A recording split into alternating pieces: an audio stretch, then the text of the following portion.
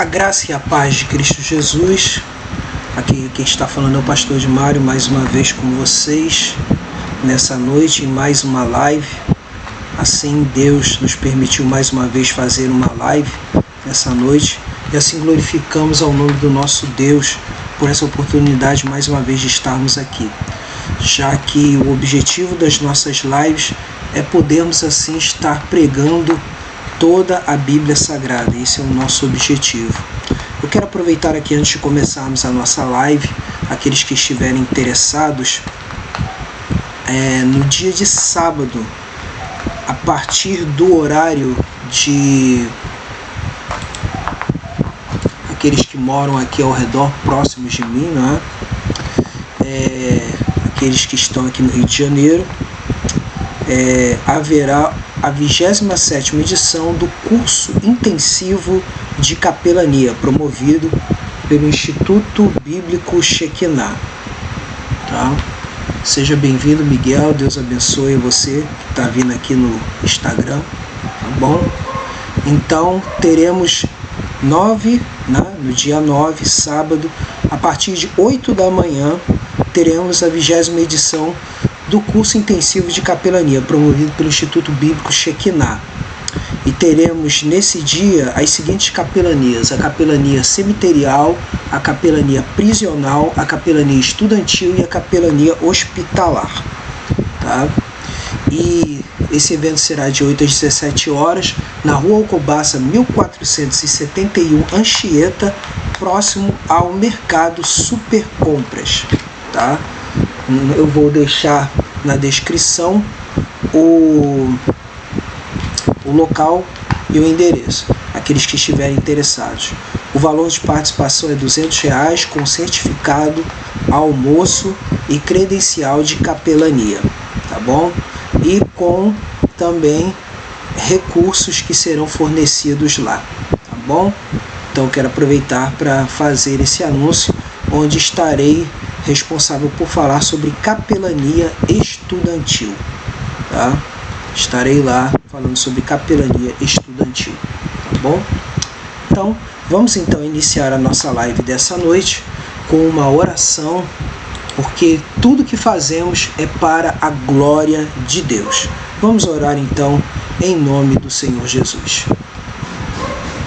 Opa, professor, antes da oração aqui, eu tive um sonho que eu estava no céu e eu vi uma pessoa que parecia ser Jesus, mas eu vi o rosto dele, mas agora eu não lembro como ele era. O que é mais importante, Miguel, nisso tudo é que se você crê que foi o Senhor Jesus, agora é o momento de você prosseguir e conhecer mais a Jesus. Através de onde? Através da sua palavra, através da Bíblia Sagrada. Isso é o mais importante agora nesse momento. Eu, da sua idade, a coisa que eu mais procurava em termos de experiência com Deus é estar no caminho da verdade. E qual é o caminho da verdade? Claro, é Cristo que é o caminho da verdade. Agora, o que é mais importante na nossa vida é ter a Bíblia, porque a Bíblia é um guia seguro, porque através dela nós não temos dúvidas quanto à nossa fé, nós não temos dúvidas quanto a Deus estar falando conosco e nós não temos dúvida quanto à certeza da nossa salvação, que é o mais importante de tudo. E aí a gente se fortalece através dela. Vamos orar. E até inclusive eu vou incluir agora você nessa oração, tá bom? Vamos orar. Senhor nosso Deus e nosso amado Pai, diante da Tua presença, queremos, Senhor, Te agradecer por essa oportunidade de estarmos aqui, Senhor, falando da Tua palavra, de estarmos aqui exaltando e glorificando o Teu santo nome. Queremos Te agradecer porque temos saúde e principalmente para nós que nascemos de novo, Senhor, temos a oportunidade de ter Cristo no nosso coração através do Seu Santo Espírito, que é sempre bem-vindo em nosso meio. Queremos Te glorificar, queremos Te exaltar, Senhor, porque verdadeiramente Tu és o Deus, Tu és o dono, Tu és o Senhor das nossas vidas. Por isso, meu Deus, diante de Ti, eu quero, Senhor, e queremos que a Tua presença nos ajude nesse momento, nos auxilie, que o Teu Espírito Santo venha nos iluminar, porque não a nós, Senhor, mas ao Teu nome dai glória, por amor da tua misericórdia e da tua fidelidade. Obrigado, Jesus. Em nome de Jesus. Amém. E aqui incluo também o teu servo Miguel, que ele seja fortalecido no poder do teu Espírito Santo e ele tenha certeza das verdades do céu, das verdades que vêm de ti, Senhor. Por isso, ó Pai, nessa oração, Senhor, venha revestir o teu servo Miguel do capacete da salvação, da couraça da justiça, do escudo da fé, do cinturão da verdade, da espada do Espírito, que é a tua palavra, e do calçado para a preparação para a pregação do Evangelho da paz, para que ele possa vencer, Senhor, os problemas da vida e principalmente as astutas ciladas do maligno. Em nome de Jesus. Amém. Pois bem, aí está.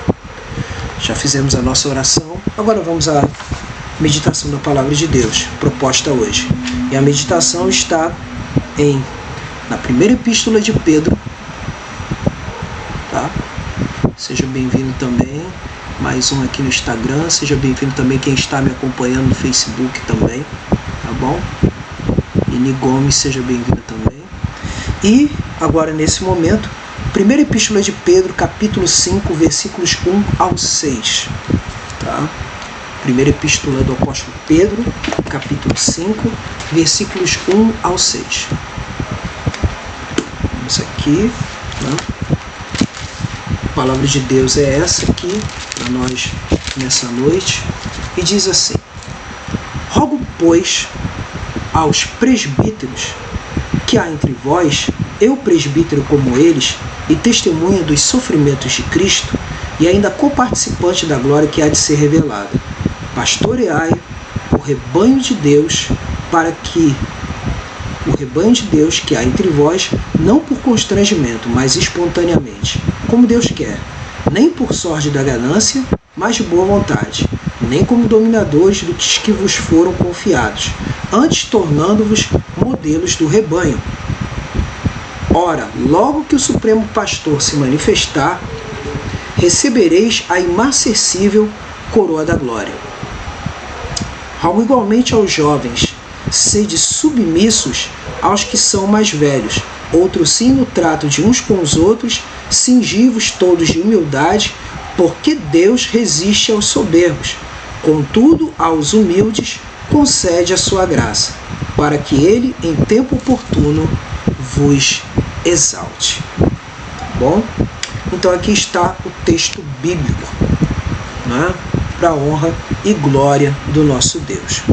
Então o que a gente pode perceber aqui? Nos primeiros 4 capítulos falou-se sobre recomendações sobre a vida cristã, falou-se sobre a importância de sermos povo de Deus separado, de darmos exemplo em meio às perseguições. Agora vamos estar falando aqui, principalmente o apóstolo Pedro está falando aqui, sobre coisas relacionadas à vida dos cristãos do ponto de vista da vida comum entre eles, ou seja, na vida dentro da igreja. Mas também algumas coisas que acontecem fora, principalmente as coisas relacionadas aos problemas de perseguição e hostilidade que o cristão sofre. Porque a realidade é a seguinte, a gente tem que entender uma coisa muito importante. Cristianismo é andar na contramão da história. O que é isso? É andar na contramão dos valores desse mundo tenebroso. Quando eu falo mundo, não estou falando de natureza, não estou falando de mares, oceanos, florestas, animais selvagens, biologia em geral, coisas relacionadas àquilo que é chamado de bioma no meio da geografia. Não estou falando sobre isso.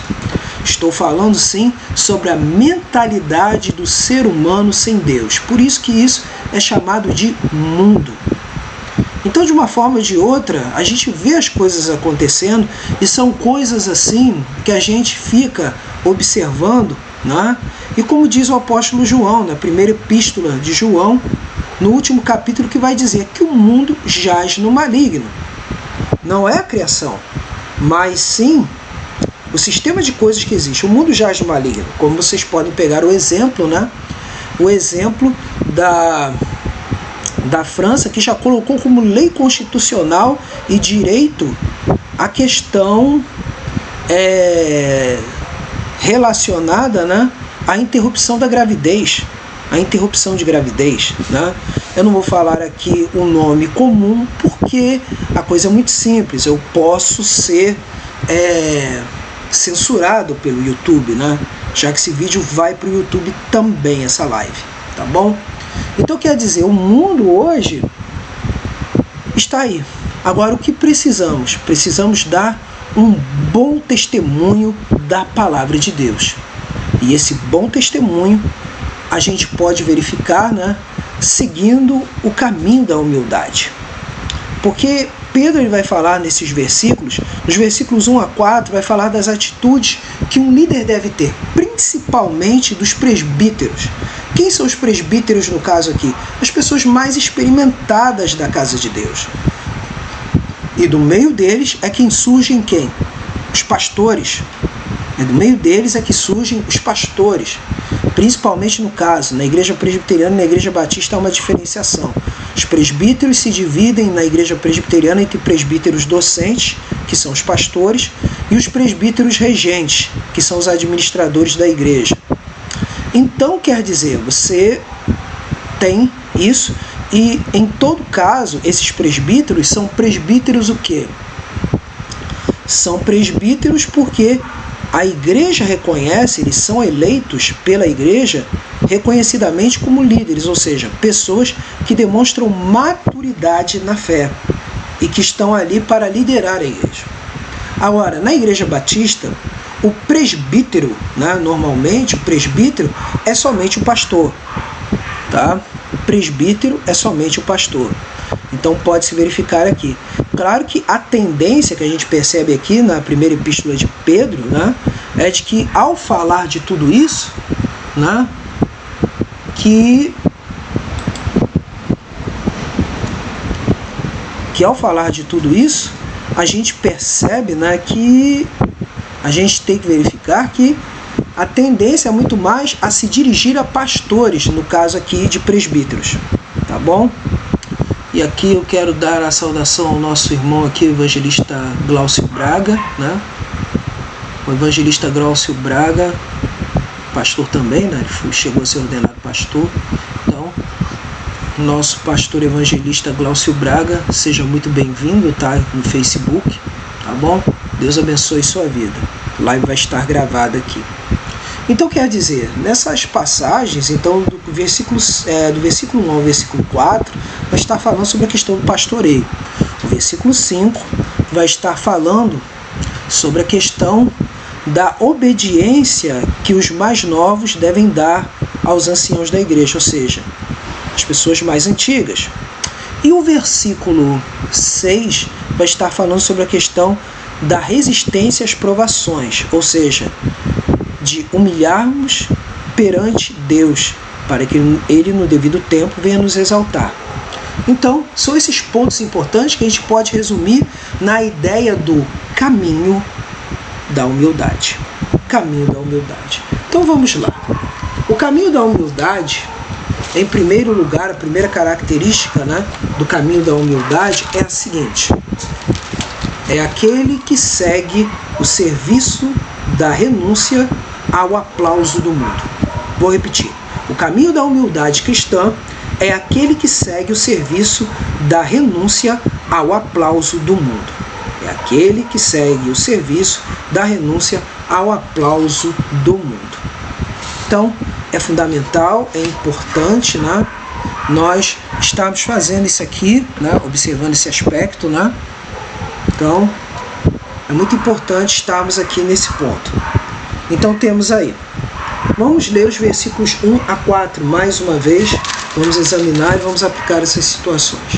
Rogo, pois, aos presbíteros que há entre vós, eu presbítero com eles, e testemunha dos sofrimentos de Cristo, e ainda coparticipante da glória que há de ser revelada.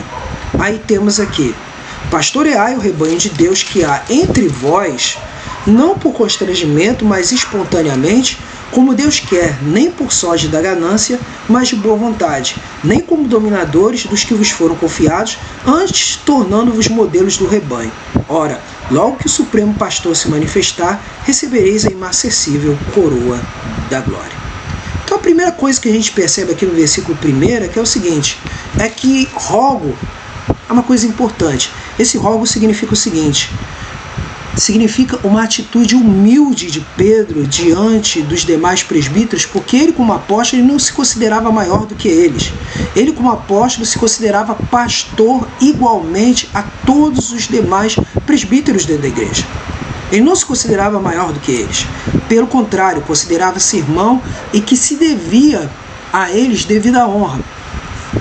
E aí nesse sentido, ele fala que nesse aspecto ele pede para que ele não ordena. Isso aqui é o ponto fundamental. Muitos hoje que se dizem apóstolos querem ordenar muito mais do que servir. Então esse é o ponto importante.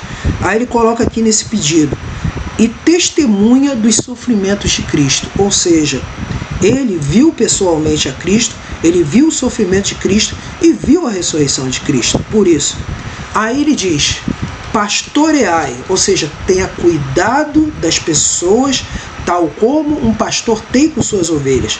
Pastoreai o rebanho de Deus que há entre vós, não por constrangimento, ou seja, não por obrigação ou vanglória. Tá? Diz aqui, mas espontaneamente, com o coração livre. Isso aqui é o importante. Como Deus quer. Nem por sorte da ganância. O que é a sorte da ganância aqui? É o que muitos hoje andam acontecendo em muitos locais em que só pastoreiam por causa do dinheiro, por causa da prebenda, por causa da côngrua. Outros por causa do, dizendo uma linguagem mais simples, por causa de salário, por causa de dinheiro. Não por sorte da ganância, mas de boa vontade. E aí a gente pega o exemplo do apóstolo Paulo, que ele vai falar o quê? Que por experiência própria, ele preferiu em muitas situações em não receber ajudas, mas antes construir tendas e vendê-las. Ou seja, ele era o quê? Um fazedor de tendas e que vendia suas tendas. Para justamente o quê? Não ser pesado aos irmãos. Então é importante isso. De qualquer forma, o pastorado é uma questão relacionada ao quê? A um privilégio, acima de tudo. A um privilégio. Muito mais do que um peso. Tá? Isso é muito importante aqui. E aí vem, nem como dominadores dos que vos foram confiados, antes tornando-vos modelos do rebanho. Quer dizer, o pastor, ele na realidade ele não é um administrador de igreja, ele é um cuidador de almas. Ele é aquele que ensina. Isso eu aprendi de uma maneira muito boa, muito excelente, né? Aí eu vou citar aqui o bispo Walter McAllister. Ele chegou e disse que eu, como pastor, eu tenho a obrigação de ensinar os outros a orar. Por que ensinar os outros a orar? É ensinar a ter intimidade com Deus. O pastor não é, por natureza, aquele que é responsável por administrar, mas é responsável por liderar. Liderar é diferente. É cuidar, ensinar as pessoas a ter intimidade com Deus. Então diz aqui, ó, nem como dominadores dos que vos foram confiados, antes tornando-vos modelos do rebanho. Aí por isso que nesse sentido, a responsabilidade pastoral, além de ser um privilégio, além de ser uma coisa prazerosa, por outro lado, o pastor ele tem que cuidar de si no sentido de quê? De ser exemplo dos membros. Aquilo que ele prega é aquilo que ele deve viver. Então, por exemplo, o objetivo do pastor não é ter 10 casas. O objetivo do pastor não é ter 2, 3 carros, principalmente um Cherokee, um Camaro, ou Ferrari, ou BMW. O objetivo do pastor é ter o suficiente para si. Se você quer ser rico, próspero, seja empresário. Se você quer ser rico, próspero ou de boa situação de vida, seja juiz, seja advogado, né? aí sim, aí você, né, vai ter uma chamada vida boa, né? Mas agora, se você é pastor, aí é diferente. A renúncia a si mesmo é o ponto fundamental. Então o pastor é aquele que serve, aquele que caminha junto com as ovelhas. E também é aquele que orienta e não manda na vida das ovelhas. Então, por exemplo, se um pastor, o que acontece? Ele tem que ter consciência de que se uma ovelha se dirige a ele e diz: eu quero tomar tal direção, você vai alertar para ela dizendo: se pecar contra Deus, a consequência será essa. A pessoa escolheu, pecou. Então, o que o pastor tem que fazer? Ele tem que chegar na palavra de Deus e não no seu próprio querer dizer: você errou, você já confessou seu pecado a Deus, você já se arrependeu diante de Deus. Esse é o dever do pastor. O pastor não manda na vida das pessoas. Cada um toma conta da sua própria vida e precisa desenvolver o próprio discernimento sobre o que é certo e o que é errado o que fazer. Esse é o ponto. A responsabilidade que Deus cobra de nós, pastores, é o seguinte: é que não podemos deixar de apontar o caminho certo. A gente não vai mandar na vida das pessoas, a gente vai apontar o caminho certo. Agora, quando a gente deixa de apontar o caminho certo e concorda com o erro, concorda com o pecado, aí sim Deus cobra de nós esse aspecto. Mas se nós apontamos o caminho e discordamos veementemente de toda forma de desonra a Deus, então estamos cumprindo nossa missão. Mas agora mandar na vida das pessoas não. Não vamos dizer se a pessoa vai comprar uma casa ou não, se a pessoa vai comprar um carro ou não, se a pessoa vai casar ou não. Não cabe a gente decidir isso. A gente pode dizer sim, a pessoa está com dúvida se vai casar com alguém. A gente vai dizer: você tem certeza? Essa pessoa tem uma personalidade A, B, C, D. Pense e ore ao Senhor para tomar a sua decisão. Mas agora, mandarmos na vida das pessoas, não. E nem tampouco, se alguém quiser deixar de ser pastoreado por nós, o que acontece? A pessoa é livre. As ovelhas não pertencem a nós. As ovelhas pertencem a Deus. Por isso nós não somos dominadores. Nós não podemos dizer: somos os ungidos do Senhor, por isso não toqueis dos ungidos do Senhor. Não. Somos nada disso. Todos os servos de Deus são ungidos. Só a única coisa que há é que temos funções diferentes. Agora, quanto ao trato individual de Deus com cada um, Deus vai agir da forma como Ele quer, na hora que quer, sobre a vida de cada um.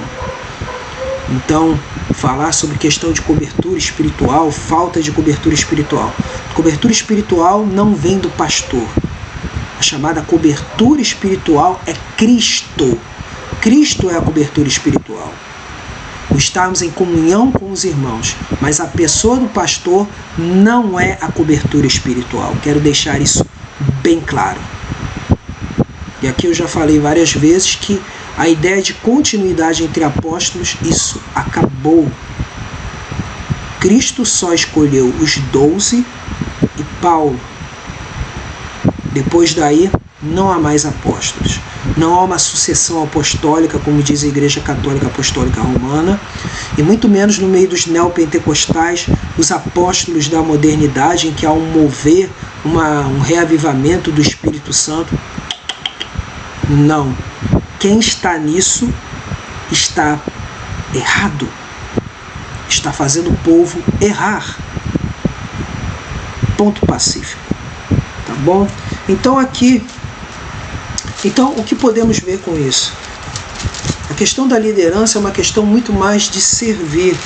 Por isso que o Senhor Jesus, Ele vai nos ensinar aqui, sobre essa questão, de que é a questão relacionada à maturidade na fé. Todo líder precisa ter a maturidade na fé. E aí vemos aqui, essa maturidade na fé, ela também é ensinada em evitar a ganância. 1 Timóteo, capítulo 3, versículo 8, só para não ficar nas minhas palavras, né? 1 Timóteo 3, versículo 8, que fala sobre as características de um autêntico líder, né? Que diz aqui, ó, semelhantemente quanto a diáconos, é necessário que sejam respeitáveis de uma só palavra, não inclinados a muito vinho, não cobiçosos de sórdida ganância. Isso fala dos diáconos, mas isso também se aplica aos líderes, aos presbíteros, aos pastores em geral. Isso está dentro, tá? Outro ponto importante está aí também, 1 Timóteo capítulo 5, versículo 17, que vai dizer o seguinte: devem ser considerados merecedores de dobrados honorários os presbíteros que presidem bem, com especialidades que se afadigam na palavra e no ensino. Quer dizer, não é algo errado um pastor ser assalariado, não é algo errado um pastor receber ajuda de custo. A Escritura ela diz aqui. Agora, o que não pode haver é o que? Ganância. Pastorear só por causa de dinheiro. Não. Isso não. O que deve ser feito é por amor a Cristo. Tá? É um ponto importante. Outro ponto importante também, temos aqui, né? Que vemos o modelo único de Cristo, dele ser servo. E isso cabe a nós. Marcos 10, Evangelho segundo Marcos, que segundo os estudiosos é o evangelho mais antigo, tá? Dos 4 evangelhos é o mais antigo. Marcos 10, tá? Marcos 10, versículos 42 a 45, que diz aqui o seguinte: mas Jesus, chamando-os para junto de si, disse-lhes: sabeis que os que são considerados governadores dos povos têm-nos sob seu domínio, e sobre eles os seus maiorais exercem autoridade. Olha aí. Mas entre vós não é assim, pelo contrário, quem quiser tornar-se grande entre vós, será esse o que vos sirva. E quem quiser ser o primeiro entre vós, será servo de todos. E quem quiser ser o primeiro entre vós, será servo de todos. E aí o versículo 45 diz: pois o próprio Filho do Homem não veio para ser servido, mas para servir e dar a sua vida em resgate por muitos. Então, aí está. Esse é o ponto fundamental. Então, quer dizer, o pastor, ele é chamado para ensinar o povo a orar, ensinar o povo a ter intimidade com Deus, ensinar o povo a ter intimidade através da palavra, ajudar as pessoas em oração, encorajá-las a não naufragar, né? A não naufragar na sua intimidade com Deus, mas antes serem fortalecidos na fé, na esperança e no amor de Deus. Os pastores são chamados para isso. Por isso que um pastor com seriedade, com vida com Deus, ele vive em oração, não é? E vive estudando e utilizando todos os recursos possíveis para esclarecer a palavra de Deus. Aí vai dizer, muitos vão dizer assim: ah, mas isso de estudar, isso aí é coisa carnal, isso é coisa do homem, não vem do céu, a gente precisa de mensagem vinda direta do céu. Mensagem vinda direta do céu é essa aqui, ó. Bíblia Sagrada, essa é a mensagem vinda direta do céu. Demais coisas são subordinadas. Todas elas começam e terminam na Bíblia Sagrada. Qualquer revelação, qualquer profecia, qualquer coisa, se não estiver em conformidade com a palavra, é anátema, é coisa maldita. Então, por isso que a tarefa de um pastor é de ser um bom ensinador, ensinador da palavra de Deus. Porque homens de Deus, servos de Deus, fizeram vários estudos e com certeza houve resultado de oração, houve resultado de jejum, houve resultado de muita coisa, e nós temos aqui esses conhecimentos. Ainda que não sejam conhecimentos perfeitos, porque perfeito é um só, é o nosso Pai que está nos céus. Mas tudo aquilo que foi produzido para a edificação do povo de Deus. E muitas pessoas foram salvas através desses estudos. Então, eles não podem ser desprezados. Por isso, a tarefa de um pastor é se manter fiel para aquilo que foi chamado, que é servir o povo de Deus com oração e palavra. Servir ao povo de Deus com oração e palavra, e não dominar. E por isso agora, aplicando essa palavra a você que é pai, a você que é mãe, o que acontece? Você tem uma posição de corrigir e conduzir seu filho, mas lembre-se, ele mais cedo ou mais tarde ele vai ter suas escolhas. E aí, nesse sentido, nessas escolhas, o que acontece? Você, todos nós, devemos influenciá-los de uma tal forma que sejamos o quê? Exemplo naquilo que estamos fazendo. Tudo aquilo que falarmos, nós temos que cumprirmos. Tudo aquilo que falarmos, nós devemos viver para que eles sejam bons imitadores de Cristo. O apóstolo Paulo disse, 1 Coríntios capítulo 11, versículo de número 1, sejam meus imitadores como eu sou de Cristo. E esse é o nosso objetivo, sermos imitadores de Cristo para que os outros ao redor estejam conosco e sirvam a Cristo com integridade. Então esse é o ponto fundamental que podemos ver. Por quê? Porque há uma recompensa. Qual é a recompensa? Apocalipse 22, versículo de número 5. Apocalipse 22, versículo de número 5, que diz o seguinte. Apocalipse 22, versículo de número 5.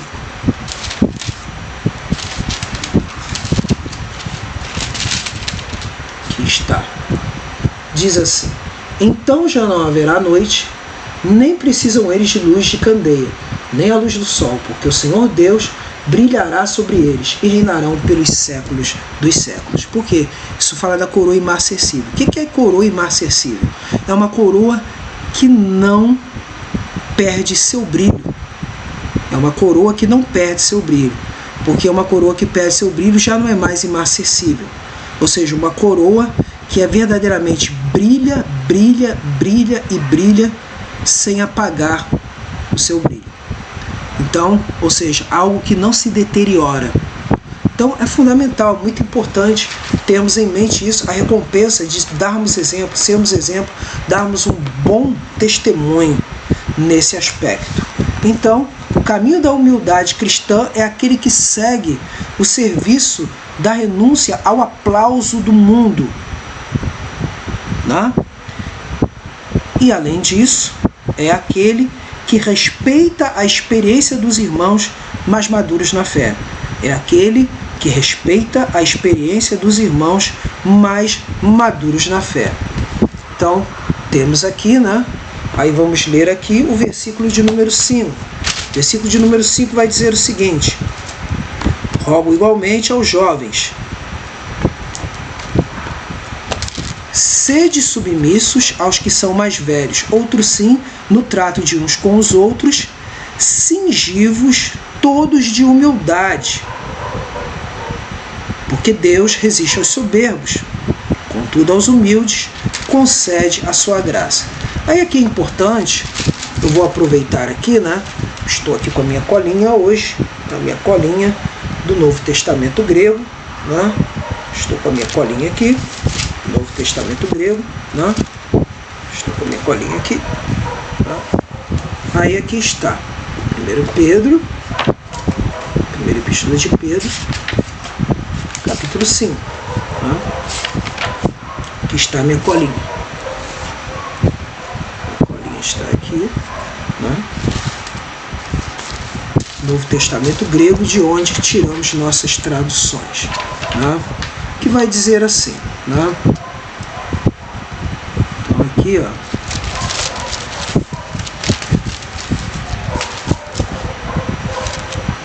aí aqui, semelhantemente, né, aos jovens, aí vem neoteroi, né? Neoteroi, né? Neoteroi, neo vem de novo, né? Literalmente seriam os novos. E aqui é importante a gente ter em mente isso. Jovens dá a ideia de novos, ou seja, os novos aqui não é só uma questão de idade, daqueles que são menores de 25 anos, mas a ideia aqui, seja muito bem-vindo, William Lopes, Deus abençoe. Então aqui, a ideia de jovens, né?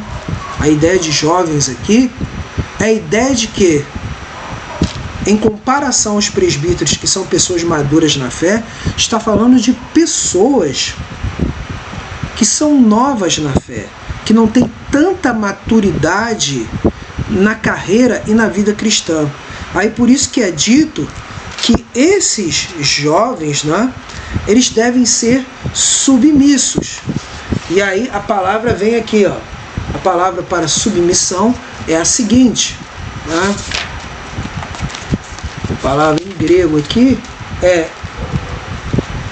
hypotagnes ou hypotaget. Está aqui, ó, hypotaget, né? Então é um imperativo, né? Hypotaget, né? Está aqui. Então aqui, ó, de hipotasso, ou seja, da ideia de que de estar abaixo de algo. Hipo, né? Estar abaixo de algo. Mas essa ideia de estar abaixo é a seguinte, é a ideia de aderência. É uma ideia de aderência. E aí vem a ideia de aderência, ou seja, aderir a uma ideia, concordar com uma ideia. E uma vez se tomar uma decisão, se uma liderança toma uma decisão, devemos segui-la, né? Aderir, né? Aderir a essa ideia. Então, quer dizer, está falando aqui do respeito à liderança, do respeito aos mais experientes. Porque, por exemplo, eu, há 30 anos atrás, eu era o quê? Eu era um neuterói, era um jovem de 17 anos, né? De 17 para 18 anos. Então, quer dizer, hoje já estou com o quê? Com 48 anos, já estou caminhando para 31 anos de evangelho, completo 31 anos de evangelho agora em junho, né? Agora em junho completo 31 anos. Então, nessa época, é uma época diferente, em que eu devia todo respeito, e até hoje ainda devo respeito aos mais experientes, até hoje ainda devo, não é porque tenho conhecimento teológico, não é porque tenho anos de igreja, que eu vou dizer assim, eu não ouço ninguém, eu não quero ouvir ninguém, não quero aprender com ninguém. Posso aprender com os mais experientes. Quanto aos mais novos, estou pronto para ouvi-los e conduzi-los, perdoá-los, caminhar com eles, não ser estúpido, não ser ignorante, não é? Ver tudo que os mais jovens dizem, filtrar, né? Filtrar, examinar, tirar aquilo que é útil, não é? Mas isso é que a gente tem que pensar e viver. E aí por isso que o texto vai dizer, olha, sede submissos aos que são mais velhos, outros sim no trato de uns com os outros. E aí vem, cingir-vos de toda humildade. Cingir significa o quê? Revestir-se, né? De toda humildade. E aí vem a ideia de tapeinos, né? Humildade, tapeinos, significa a posição de alguém que se humilha, tá? Dentro da cultura romana, tapeinos não é virtude, ou seja, humildade não era virtude. Pelo contrário, na época de Pedro, isso não era virtude no meio dos romanos. Era o quê? Era, na realidade, sinal de fraqueza. Era sinal de fraqueza. Era sinal de inabilidade, incompetência. Era sinal de quê? De uma pessoa sem brilho, de uma pessoa sem sucesso, de uma pessoa desgraçada, vamos dizer assim. Humildade estava relacionado a isso. Não era uma virtude, não era algo que devia ser louvado ou algo que merecia recompensa. Só que é justamente isso. Aí é que entra a questão do cristianismo, justamente aí. Porque para o cristianismo, Deus escolheu as coisas do mundo, as coisas loucas do mundo, para confundir as mais sábias.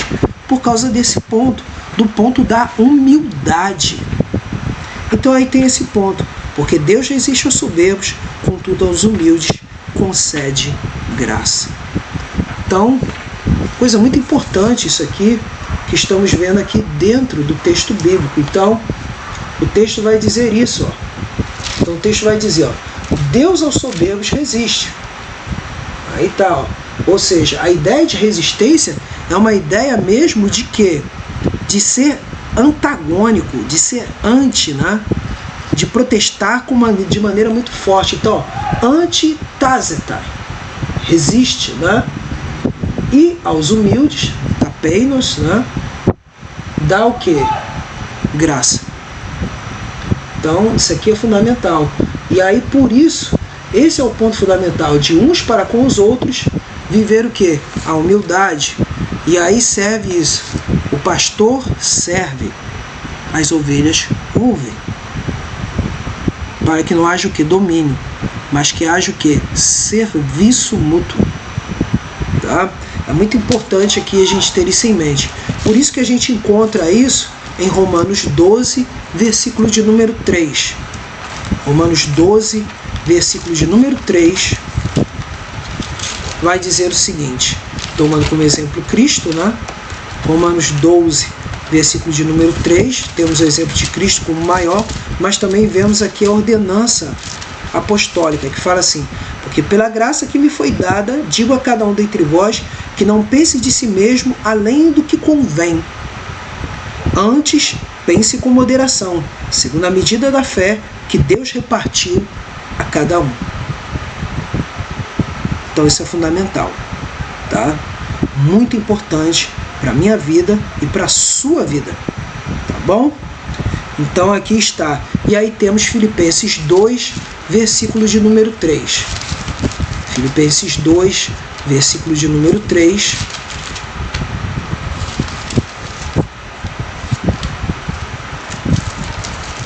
Filipenses 2, versículo de número 3, que vai dizer o seguinte: nada façais por partidarismo ou vanglória, mas por humildade, considerando cada um os outros superiores a si mesmo. Então esse é o caminho da humildade. Caminho de obediência, caminho de exemplo, caminho de respeito mútuo. A questão não são disputas, mas a questão são de como melhor servir a Deus e servir ao próximo. E aí temos aqui, né? Então podemos ver, o caminho da humildade cristã é aquele que segue o serviço da renúncia ao aplauso do mundo. Também é aquele que respeita a experiência dos irmãos mais maduros na fé. Por isso há essa necessidade de cada um de nós podermos ouvir e podermos assim conversar, nos aconselharmos com as pessoas mais maduras na fé. Devemos estar atentos a ouvir, né? Isso é que é o mais importante. E terceiro, é aquele que espera a intervenção de Deus nas provações. Por fim, é aquele que espera a intervenção de Deus nas provações. O versículo de número 6 vai dizer o seguinte, o versículo de número 6. Ele diz assim: humilhai-vos, portanto, sob a poderosa mão de Deus, para que Ele, em tempo oportuno, vos exalte. Aqui eu quero começar com uma coisa bem assim, escolástica. Escolástica no sentido de quê? De explicar ponto a ponto, não é? E de começar pelo negativo. A gente tem hábito de ouvir muitas frases de caminhão que diz assim, que os humilhados serão exaltados. Só que o escrito bíblico ele diz, humilhai-vos sob a potente mão de Deus. Não é humilhar-se de qualquer forma, não é se sentir humilhado. Mas sim, essa humilhação significa uma humilhação perante Deus. É bem diferente. Então quer dizer, devemos recorrer a Deus como socorro bem presente na aflição e na tribulação. Devemos buscar a Deus como Deus é, ou seja, Deus é o nosso socorro presente na tribulação. E aí quando recorremos a Deus como socorro bem presente na tribulação, aí sim Ele nos exalta. Então é isso, não é simplesmente os humilhados serão exaltados, mas sim que ao nos humilhar diante de Deus, Deus colocará tudo no seu devido lugar. Por mais que sejamos perseguidos, caluniados, maltratados, mas se nos humilharmos perante Deus, Ele no seu devido tempo nos exaltará. E não com busca de vingança, mas até abençoando aquele que nos persegue. Veja lá, Mateus 5, você vai ver isso de uma maneira muito clara. Todos nós vemos de uma maneira muito clara. Isso é o que há de mais maravilhoso na Escritura. Por isso que nós vemos Lucas capítulo 14, versículo de número 11. Né? Lucas 14, versículo de número 11 vai dizer o seguinte. Lucas 14, 11.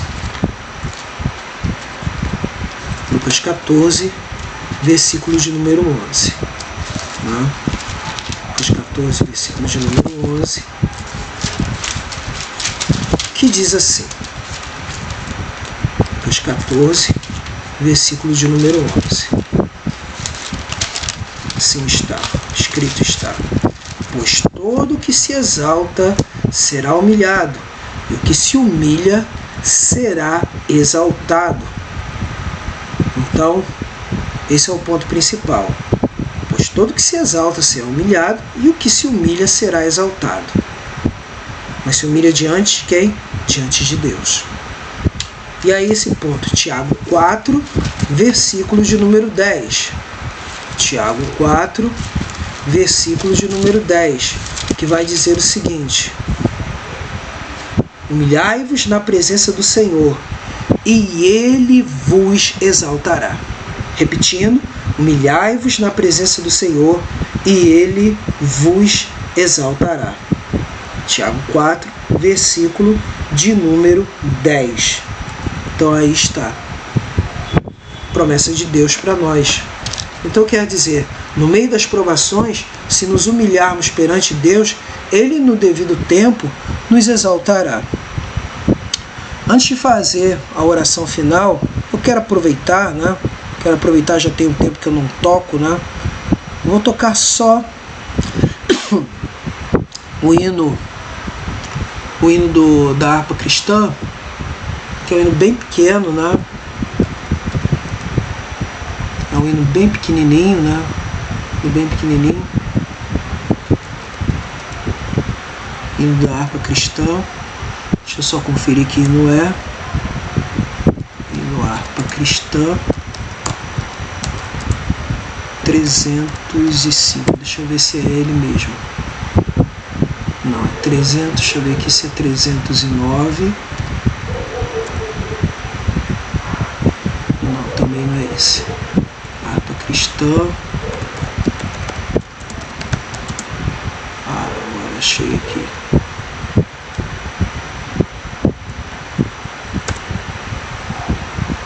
Vitória a Deus dará-me. Esse é o hino.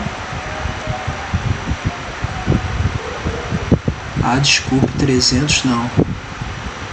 É 609. Desculpe. Então, eu vou louvar esse hino, né? Vou cantar ele aqui. Esse hino, tá? Vitória a Deus dará-me, eu sei. Tá? Então, vou tocar aqui, né?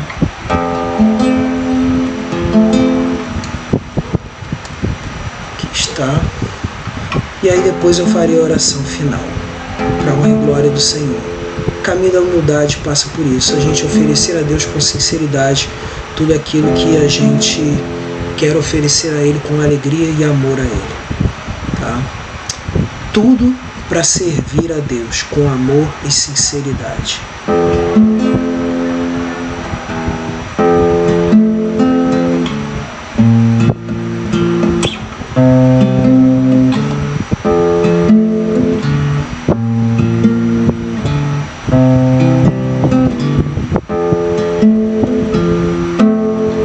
Vitória a Deus dará-me, eu sei.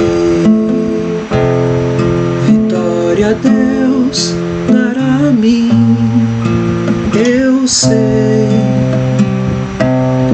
Se eu andar em plena luz, confiar só em Jesus, vitória a Deus dará-me, eu sei.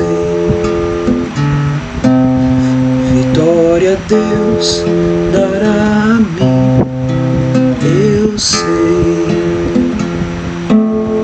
Vitória a Deus dará-me, eu sei. Se eu andar em plena luz, confiar só em Jesus, vitória a Deus dará-me, eu sei.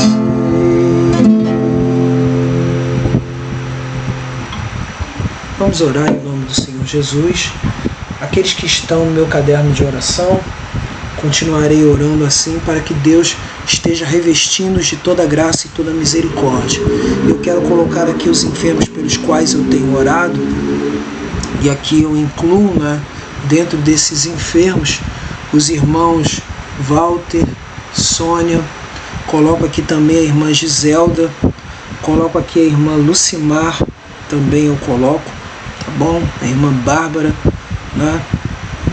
coloco aqui a família, que é a irmã Bárbara, que é esposa do presbítero Alexander, tá? Eu coloco aqui a família do presbítero Edson Santos, tá bom? Família Ximenes, a família, no caso, família Neves, tá bom?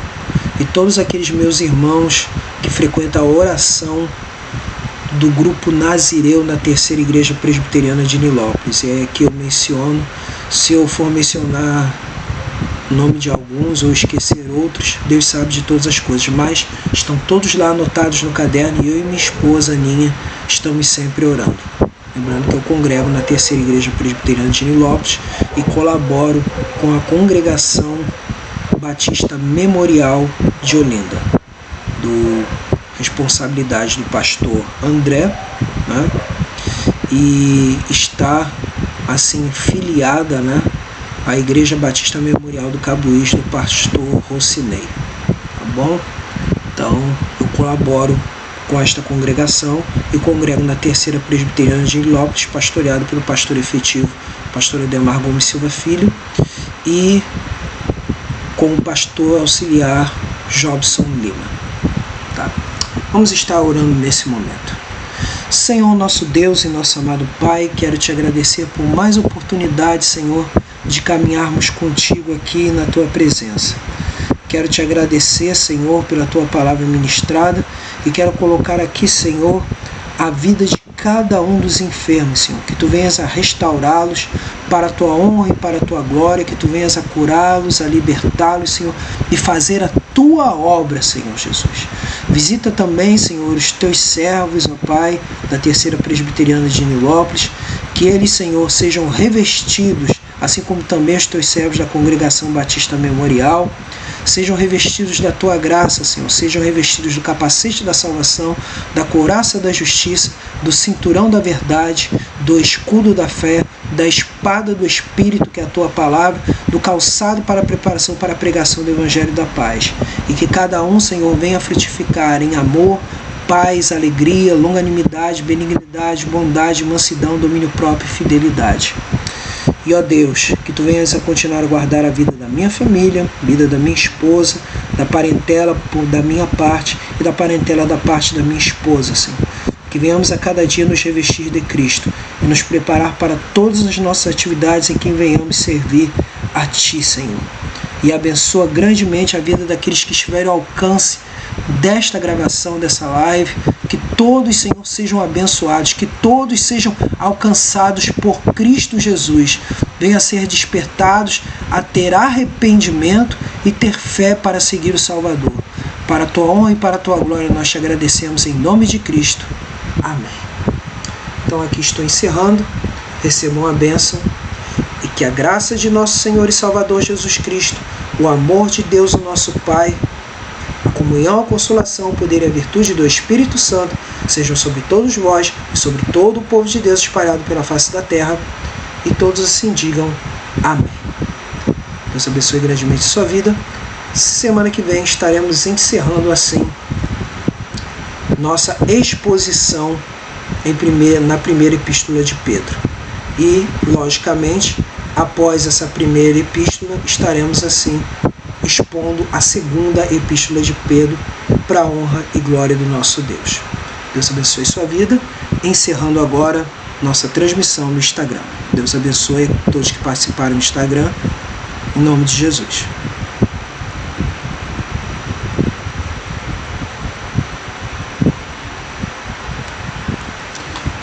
Agora encerrando no Facebook, Deus abençoe grandemente as vossas vidas. Bom, encerrando.